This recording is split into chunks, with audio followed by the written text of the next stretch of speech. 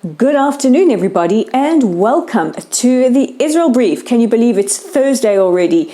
And just a reminder that the Israel Brief is proudly brought to you by Lay of the Land. And if you haven't met me already, I'm Rolene Marks, and I bring you the top stories from Israel and the region every Monday to Thursday on this platform and also on YouTube. And you can find us at the Israel Brief.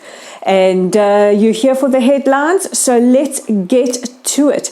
And yesterday we brought you the story that Israel had received our first batch of Pfizer vaccinations, and this was met with a lot of fanfare by Prime Minister Netanyahu and the Health Minister Yuli Edelstein on the tarmac of Ben Gurion Airport. Now, last night, addressing the nation, both the Prime Minister and the Health Minister said that they really believe that this is the start of the end to the global pandemic and that we will be receiving more vaccines within the next few days from AstraZeneca, Moderna, Pfizer, and other companies. So what is expected to happen from now? Well, they are busy with the plans to start rolling out vaccinations. I mean, we're going from startup nation to innovation nation, and now we're vaccination nation or inoculation nation.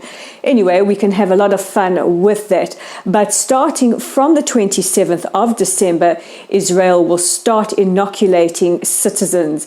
And it was explained that this will take place at the various health clinics, hospitals, and other places. And we are expected to inoculate at least 60,000 people per day. People who have been inoculated will receive a green passport, and this will allow them to travel to places and allow them entry into events and other places. I think this is largely to encourage as many Israelis as possible to get vaccinated. You know, we understand that there is still a lot of fear in many people around the world about the vaccine and possible side effects, but countries such as Canada, the UK, all have us assured that it is perfectly safe. And Israel will also begin testing Palestinian workers for COVID-19 at our checkpoints. And the numbers for infections both in the West Bank and in Gaza are increasing significantly. In other news, we now travel to Norway, and in some very welcome news, we have heard that the Norwegian Parliament has endorsed the scrapping of aid to Palestinians as a result of the ongoing incitement and antisemitism found in educational material. Now, last year, the Palestinian Authority was warned to stop with the incitement and to stop with the antisemitism or face aid cutbacks. This hasn't been stopped, and now the aid, which is about $3.4 million a year, has been cut. And our final story now takes us to Egypt. As you know, Israel signed with the United Arab Emirates and with Bahrain the Abraham Accords, which means greater cooperation. And now we look forward to some positive news with Egypt.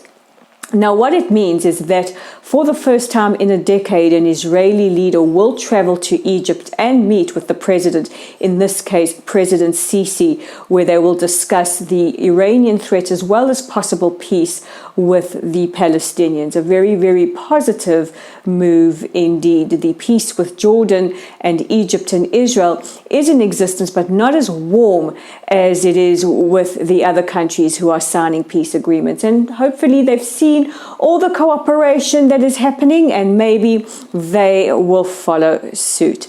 And in other news, because those are our top stories, tonight we start with the first night of Hanukkah.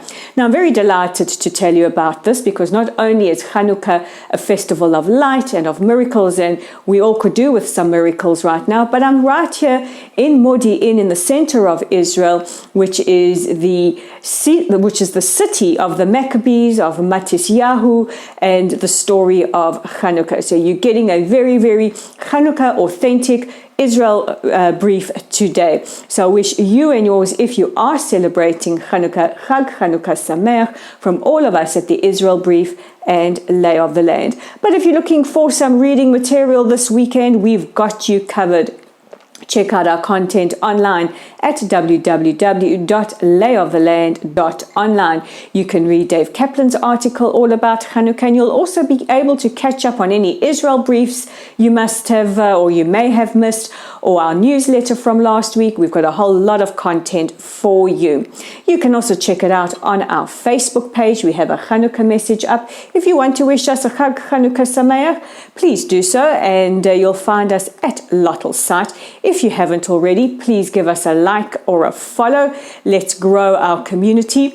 And we've got you covered on YouTube. If you're looking for your news headlines, you can find us at the Israel Brief. All you have to do is click on the big red subscribe button, and we're on Twitter as well. You can find us at Lay of the Land 5. So with all of that, it has been a busy week. We wish you all a safe, a healthy, a blessed weekend. Shabbat Shalom, and we'll speak again next week.